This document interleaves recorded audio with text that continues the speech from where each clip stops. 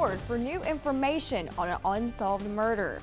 Plus, thousands of bridges in the Mid-South are in dire need of repair. And later, learning about small businesses and helping raise money at one local school.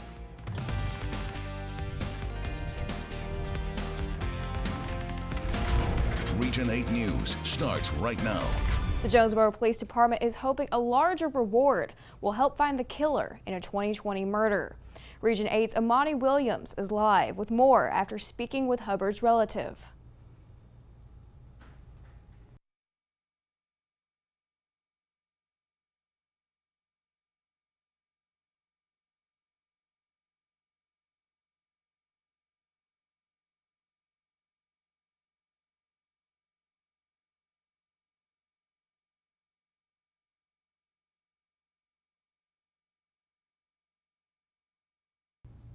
Amani, thank you. We've also had another unsolved murder this year. We're talking about Jonathan Philippe. Officers found him dead just after midnight on March 31st.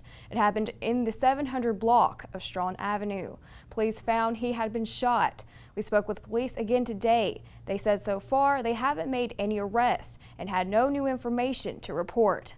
Police are searching for an armed and dangerous man they say is involved in an overnight murder.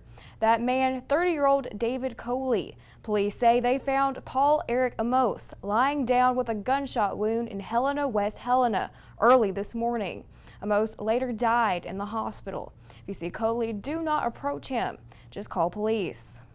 Investigators say a girl's diary leads to this man's arrest for sexual assault. It happened in Izard County. Deputies arrested 19-year-old Ryan Faye Grunwald after they say the victim reported the alleged crime took place at a home near Calico Rock. The girl reportedly detailed the event in her personal diary. Investigators say he admitted to inappropriately touching the girl. He's currently out on a $20,000 bond. In Randolph County, the Sheriff's Department hopes to improve efficiency by installing new systems in each car. Each of the 14 patrol vehicles will look like this one on the inside. The department got over $50,000 from the State Highway Police Safety Office to upgrade equipment and implement software. Sheriff Kevin Bell says what normally took officers 15 to 30 minutes to do can now be done in as little as 1 minute. The less time that it takes to do the paperwork, the safer it is for the officers on the street as well. Less time spent doing paperwork and more time spent actually patrolling and solving crimes. Bell says the system streamlines the process of sending in reports, allowing officers to stay on the streets without needing to go back to the sheriff's office to turn in tickets.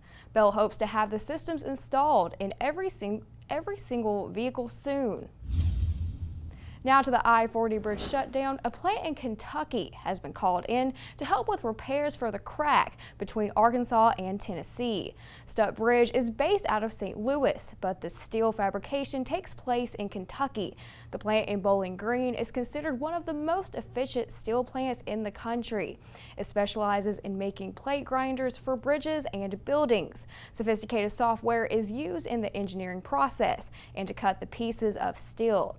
Stutt Bridge was contacted last week by the Steel Construction Institute to see if it had the special bridge material necessary for the repairs. Company officials don't have an exact date of when the bridge repairs will take place, but employees are working around the clock on the engineering and design, so the steel work on the repair parts can begin.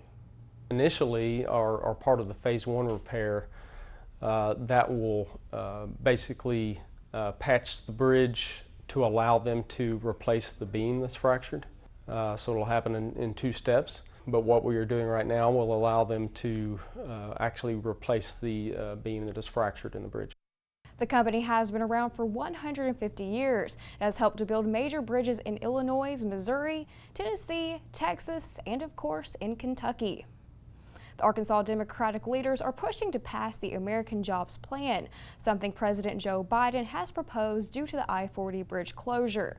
They also discussed the possibility of a third bridge. Michael John Gray, chairman of the Democratic Party of Arkansas, said 1.5 million Arkansans are driving over structurally deficient bridges every day. no, we probably wouldn't be having this conversation today.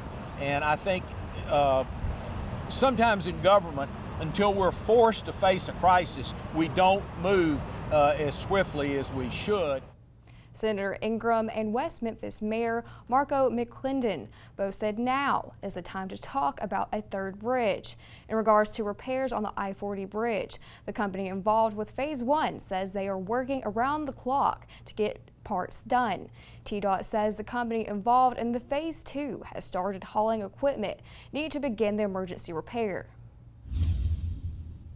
Well, it's been a nice sunny day. What can we expect for the rest of the week, Ryan?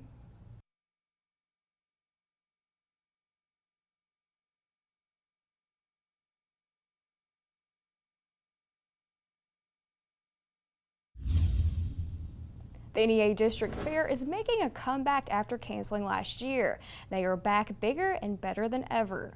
The fair has made changes to its date format. It will now be open over the course of 2 weekends for 9 days of fun. It will also feature a new midway layout with new rides to enjoy.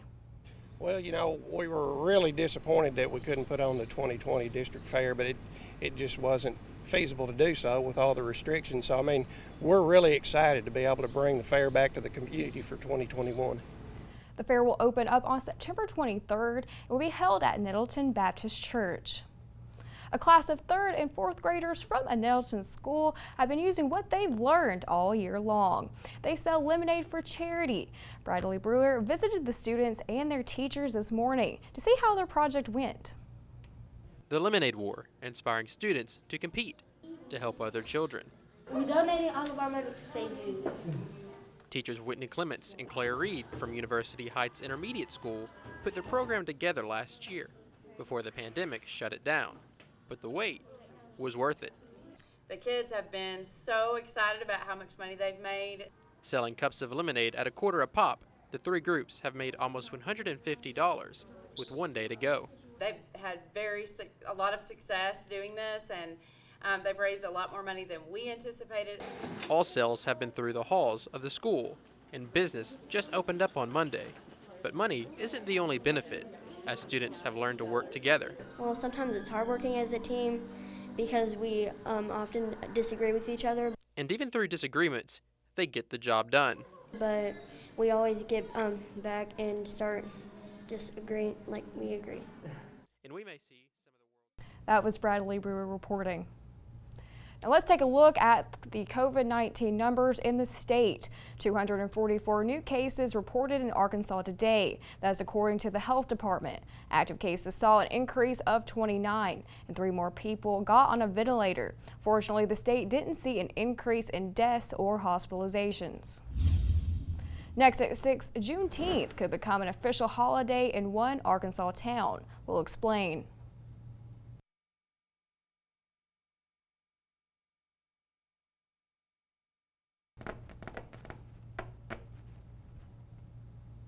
Okay.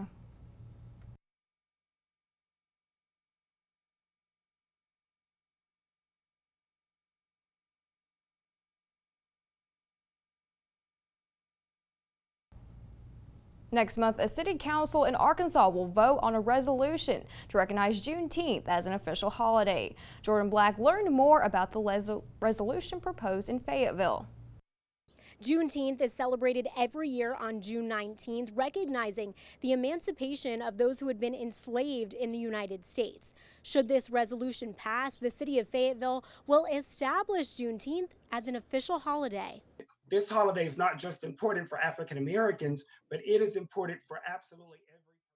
That was Jordan Black. The resolution will be presented to the City Council on June 1st, then vote on June 8th. If it passes, it will go into effect for 2022. Now to weather. It's been a nice sunny day. How is it looking for the rest of the week, Ryan?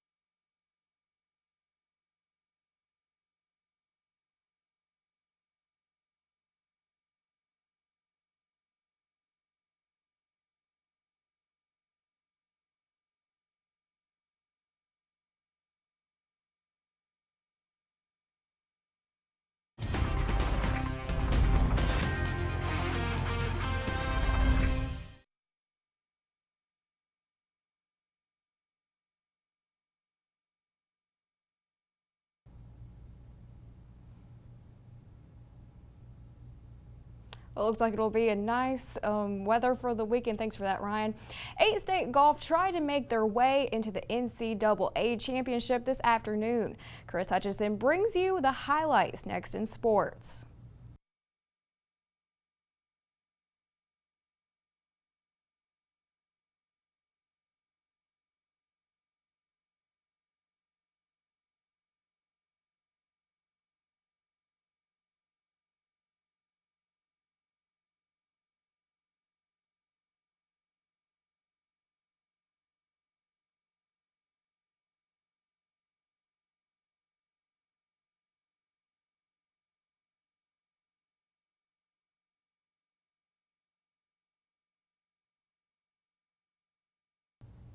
Well, Ryan, what can we expect for the weekend?